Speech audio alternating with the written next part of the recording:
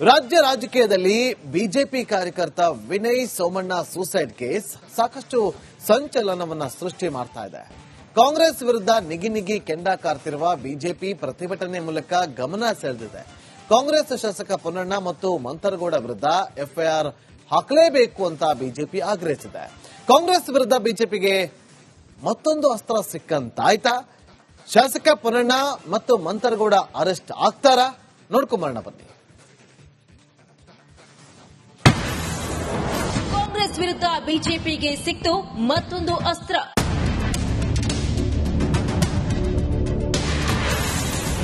Vinay suicide, BJP Congress big boss. BJP ಕಾರ್ಯಕರ್ತ Vinay Somanna suicide case ಇದೀಗ ರಾಜ್ಯ ರಾಜಕೀಯದಲ್ಲಿ ಹಲ್ಚಲ್ ಸೃಷ್ಟಿಸಿದೆ. ಇದೇ ಪ್ರಕರಣವನ್ನ ಇಟ್ಟುಕೊಂಡು ಬಿಜೆಪಿ ಹಾಗೂ ಕಾಂಗ್ರೆಸ್ ನಡುವೆ ಆರೋಪ ಪ್ರತ್ಯಾರೋಪ ಜಟಾಪಟಿಗೆ ವೇದಿಕೆ ನಿರ್ಮಾಣವಾಗಿದೆ. ಈ ಮೊದಲಿಗಿಂತಲೂ ಬಿಜೆಪಿ ಸಿಕ್ಕಾಪಟ್ಟೆ ಜೋಶ್ನಿಂದ ಕಾಂಗ್ರೆಸ್ ವಿರುದ್ಧ ಮುಗಿಬಿದ್ದಿದೆ. ಕೇಸ್ ಸಂಬಂಧ ಕಾಂಗ್ರೆಸ್ ಶಾಸಕ ಪೊನ್ನಣ್ಣ ಮತ್ತು ಮಂಥರಗೌಡ ವಿರುದ್ಧ ಎಫ್ಐಆರ್ ಹಾಕಬೇಕೆಂದು ಆಗ್ರಹಿಸಿ ಕುಶಾಲನಗರದಲ್ಲಿ ರಸ್ತೆಗಿಳಿದು ಬಿಜೆಪಿ ಪ್ರತಿಭಟನೆಯನ್ನು ನಡೆಸಿತು. ಈ ವೇಳೆ ಪೊಲೀಸರು ಮತ್ತು ಬಿಜೆಪಿ ನಾಯಕರ ಮಧ್ಯೆ ವಾಗ್ವಾದ, ತಳ್ಳಾಟ, ನೂಕಾಟಕ್ಕೆ ಕಾರಣವಾಯಿತು. ವಿನಯ್ ಸೋಮಣ್ಣ ಕುಟುಂಬದ ಪರ ಬಿಜೆಪಿ ಇದೆ ಅಂತ ಸಂಸದ ಯದುವೀರ್ ಹೇಳಿದ್ರು. ಇಂಥ ಒಂದು ಕೃತ್ಯ ಎಲ್ಲೂ ನಡೆದಿಲ್ಲ. ಕಾಂಗ್ರೆಸ್ ಬಂದಿದ ತಕ್ಷಣ ಇಂಥ ಒಂದು ಕೃತ್ಯ ನಡೆದಿದ್ದು ಅತ್ಯಂತ ತೀವ್ರವಾಗಿ ನಾವು ಖಂಡಿಸಬೇಕಾಗಿದೆ. ವಿನಯ್ ಪರವಾಗಿ ನಾವೆಲ್ಲರೂ ನಿಂತಿದ್ದೀವಿ. ಇಡೀ ಸಂಘಟನಾ, ಅವರ ಕುಟುಂಬ, ನಾವೆಲ್ಲರೂ ಇಲ್ಲಿ ಸೇರಿರೋ ಕಾರಣ ಒಂದೇನೆ. ಎಫ್ಐಆರ್ ಅಲ್ಲಿ ಅವರು ಏನು ಉಲ್ಲೇಖ ಮಾಡಿದ್ದಾರೆ ಅವರ ಡೆತ್ ನೋಟ್ ಅಲ್ಲಿ ಅವರೆಲ್ಲರ ಹೆಸರನ್ನು ದಾಖಲಿಸಬೇಕಾಗಿದೆ. ಮತ್ತೆ ಅದರ ಮೂಲಕ ಅವರಿಗೆ ನ್ಯಾಯವನ್ನು ಸಿಗಬೇಕಾಗಿದೆ. ಪೊನ್ನಣ್ಣ ಮಂಥರಗೌಡ ವಿರುದ್ಧ ಎಫ್ಐಆರ್ಗೆ ಆಗ್ರಹ.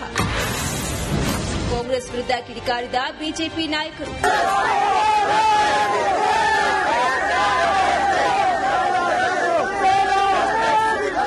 ಇನ್ನು ಇದೇ ವೇಳೆ ಕಾಂಗ್ರೆಸ್ ವಿರುದ್ಧ ಗುಡುಗಿರುವ ಮಾಜಿ ಸಂಸದ ಪ್ರತಾಪ್ ಸಿಂಹ, ಪೊನ್ನಣ್ಣ ನೀವೇನು ಡಿಕ್ಟೇಟರಾ?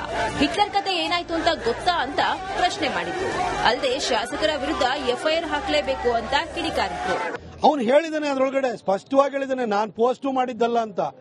ಆದ್ರೂ ಕೂಡ ಇನ್ಯಾವನು ಕೂಡ ಕೊಡಗಲ್ ಧ್ವನಿ ಎತ್ತಬಾರ್ದು. ಏನು ಇವರೇನು ಡಿಕ್ಟೇಟರ್ಸ್? ಅವರು ಎಂತೆಂಟ ಡಿಕ್ಟೇಟರ್ಸ್ಗಳೇ. ಆ ಡಿಕ್ಟೇಟರ್ ಹಿಟ್ಲರ್ನೇ ಸೂಸೈಡ್ ಮಾಡ್ಕೊಂಡು ಸತ್ತ, ಮುಸೋಲಿನಿನೇ ಸತ್ತ. ನೀ ಯಾರು ಪೊನ್ನಣ್ಣ? ಈಗ ಇವತ್ತು ಎಲೆಕ್ಷನ್ ನಡೀಲಿ, ನೀ ಹೀನಾಯವಾಗಿ ಸೋಲಿಸ್ತೀವಿ. ಅದ್ಯಾವಾಗ ಬಿಜೆಪಿ ಪ್ರತಿಭಟನೆ ಹೆಚ್ಚಿಗೆ ಆಯ್ತು ಆಗ್ಲೇ ಇತ್ತ ಗೃಹ ಸಚಿವ ಡಾ ಜಿ ಪರಮೇಶ್ವರ್ ಪ್ರತಿಕ್ರಿಯೆ ನೀಡಿದ್ರು. ಬೆಂಗಳೂರಿನಲ್ಲಿ ಮಾತನಾಡಿದ ಅವರು, ಕಾನೂನು ಎಲ್ಲರಿಗೂ ಒಂದೇ. ವಿನಯ್ ಆತ್ಮಹತ್ಯೆ ಕೇಸ್ನಲ್ಲಿ ತಪ್ಪಿತಸ್ಥರಿಗೆ ಶಿಕ್ಷೆ ಆಗುತ್ತೆ ಅಂತ ಹೇಳಿದ್ರು. ನೋಡಿ, ಕಾನೂನು ಎಲ್ಲರಿಗೂ ಒಂದೇ. ಪೊನ್ನಣ್ಣ ಅವರಿಗೂ ಒಂದೇ, ಮಂಥರ್ ಅವರಿಗೂ ಒಂದೇ. ಕಾನೂನಿನಲ್ಲಿ ಏನು ಕ್ರಮ ತಗೊಳ್ಬೇಕೋ ಅದನ್ನ ಪೊಲೀಸ್ ಇಲಾಖೆಯವರು ತಗೊಳ್ತಾರೆ. ಈಗಾಗಲೇ ಅವರು ಅದನ್ನೆಲ್ಲವನ್ನು ಕೂಡ ಹಿಂದೆ, ಇದು ಫೆಬ್ರವರಿನಲ್ಲಿ ಆಗಿರ್ತಕ್ಕಂಥ ಘಟನೆ, ಅದಕ್ಕೆಲ್ಲ ಈಗಾಗಲೇ ಇಲಾಖೆಯಿಂದ ತನಿಖೆ ಮಾಡ್ತಾ ಇದ್ದಾರೆ.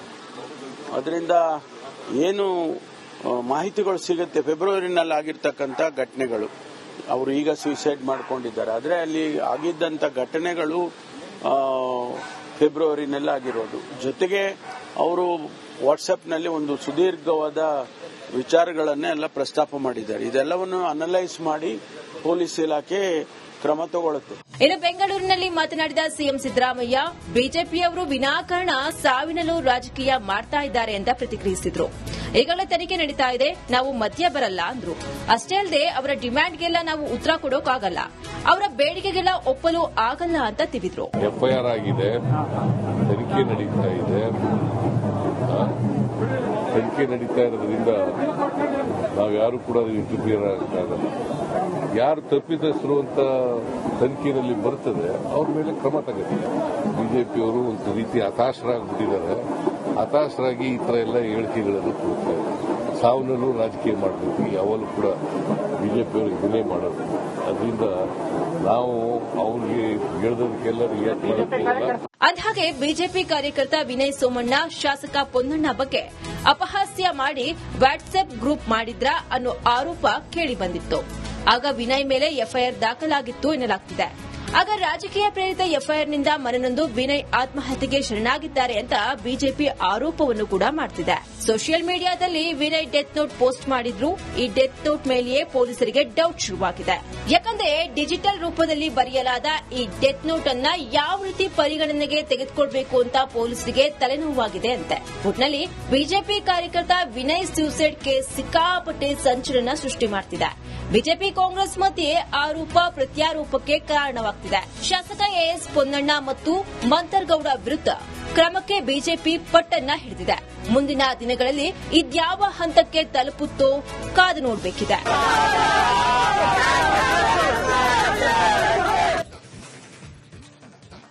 ಯಾವಾಗ ಬಿಜೆಪಿ ದೊಡ್ಡ ಮಟ್ಟದಲ್ಲಿ ಪ್ರತಿಭಟನೆಯನ್ನ ಮಾಡ್ತೋ, ಡಿವೈಎಸ್ಪಿ ಕಚೇರಿ ಮುಂದೆ ಹೈಡ್ರಾಮವೇ ಸೃಷ್ಟಿಯಾಯಿತು.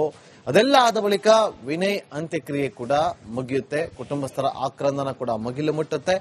ಇಷ್ಟೆಲ್ಲ ಬೆಳವಣಿಗೆ ಆದ ಬಳಿಕ ಶಾಸಕರಿಬ್ಬರು ಕೂಡ ಸುದ್ದಿಗೋಷ್ಠಿಯನ್ನು ನಡೆಸ್ತಾರೆ. ಮಂತರಗೌಡ ಹಾಗೂ ಪೊನ್ನಣ್ಣ ಅವರು ಇಬ್ರು ಏನ್ ಮಾತಾಡಿದ್ರು ಸುದ್ದಿಗೋಷ್ಠಿಯಲ್ಲಿ ಕೇಳ್ಕೊಂಬನ್ನಿ. ಎಲ್ಲಾ ಸಂದರ್ಭದಲ್ಲೂ ಗಮನಿಸಿ ನೀವು ಇತಿಹಾಸವನ್ನ ತೆಗೆದು ನೋಡಿ. ಎಲ್ಲೇ ಒಂದು ಸಾವಾದ್ರೆ ಅಲ್ಲಿ ರಣಹದ್ದುಗಳಂತೆ ವಲ್ಚರ್ಸ್ ಅಂತ ಅಲ್ಲಿ ಆಗಮಿಸ್ತಾರೆ. ಅಲ್ಲಿ ಬಂದು ಆ ಶವದಕ್ಕೆ ಗೌರವವನ್ನು ಕೊಡೋದಿಲ್ಲ. ನಾವು ಶವ ಮಾಡಿದ್ಮೇಲೆ ನಿಧನನಾದ್ಮೇಲೆ ಆತ್ಮಕ್ಕೆ ಮೋಕ್ಷ ಸಿಗ್ಬೇಕು, ಚಿರಶಾಂತಿ ಸಿಗ್ಬೇಕು ಅಂತ ಪ್ರಾರ್ಥನೆಯನ್ನು ಮಾಡಿ ಅದಕ್ಕಿರುವಂತ ಆಚಾರ ವಿಚಾರಗಳನ್ನ ಪಾಲನೆ ಮಾಡೋದಂತ ಕೆಲಸವನ್ನ ನಾವು ಮಾಡುವಂತ.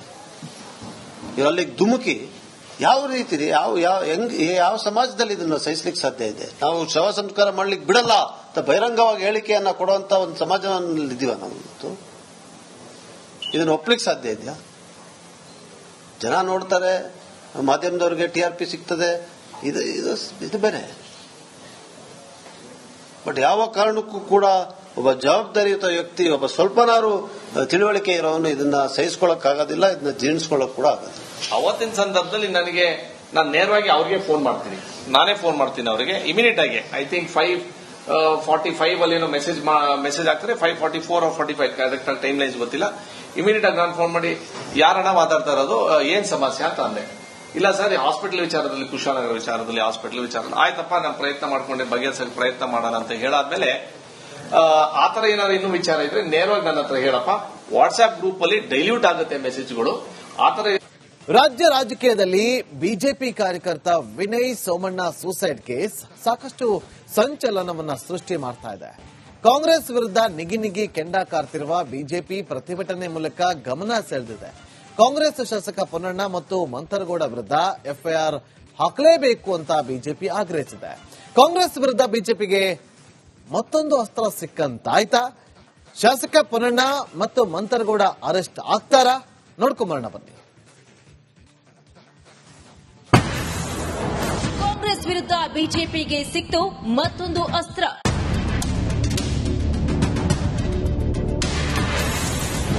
Vinay suicide, BJP Congress big boss. BJP ಕಾರ್ಯಕರ್ತ ವಿನಯ್ ಸೋಮಣ್ಣ ಸೂಸೈಡ್ ಕೇಸ್ ಇದೀಗ ರಾಜ್ಯ ರಾಜಕೀಯದಲ್ಲಿ ಹಲ್ಚಲ್